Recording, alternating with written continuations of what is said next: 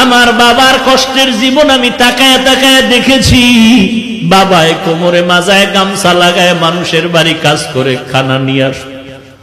এমনও ঈদের দিন গেছে একটা নতুন জামা আমার বাবায় দিতে পারে না। মাঝে মাঝে তাকায় দেখতাম আমার মায়ের কাছে বাবায় বসে বসে কান্না করে। আমি বলতাম, রে ও মা, বাবায় কেন কাঁদলো? মা বলতো, তোরে একটা জামা দিতে পারে নাই, দুঃখে তোর বাবায় কান্না করেছে। এমন কষ্টের জীবন পারায়া তোমার ঘরে আসছি। জানির কারি সাহেব আজকে আল্লাহর কাছে দোয়া করে গেলেন, কিন্তু দেখে যেতে পারলেন না যে হাফিজুর রহমান কেমন হয়ে গেল। আমার হাত আর তার হাত এক জায়গায় নিয়ে এইভাবে উঠায়া উজানি বৈশা ঘরে বৈশা দোয়া করতেন, আল্লাহ আমার হাতের সাথে ওর হাতটাও তুমি কবুল করে নেও। আমি চাইও ভালো একজন আলেম হবে আর একটা বড় মাদ্রাসা করবে। আজকে ঢাকার শহরে রমজানের শেষের দিকে মাদ্রাসা ঢালাই দিলাম 7,500 স্কয়ার ফিট ছাদ। মাদ্রাসা চলতেছে, কিন্তু কারি সাহেব দেখে যেতে পারলেন না সেই দোয়ার মাদ্রাসা। আমার বাবা মা জীবনে ভালো এলেম অর্জন করতে পারেনি, মাদ্রাসায় পড়তে পারেনি।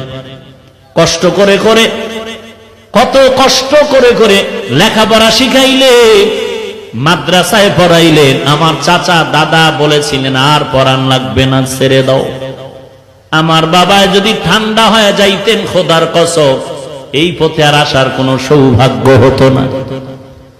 উজানির জমিনে ঘুমন্ত কারি ইব্রাহিম রহমাতুল্লাহ আলাইহির 11 সন্তানের ছোট সন্তান কারি মনজুর আহমদ রহমাতুল্লাহ আলাইহি আমার আব্বাকে এত ভালোবাসতেন। আমাদের বাড়িতে শত শতবার গিয়েছেন সেই কুয়াকাটা। একদিন কয়, সন্তানটারে আমার হাতে দাও।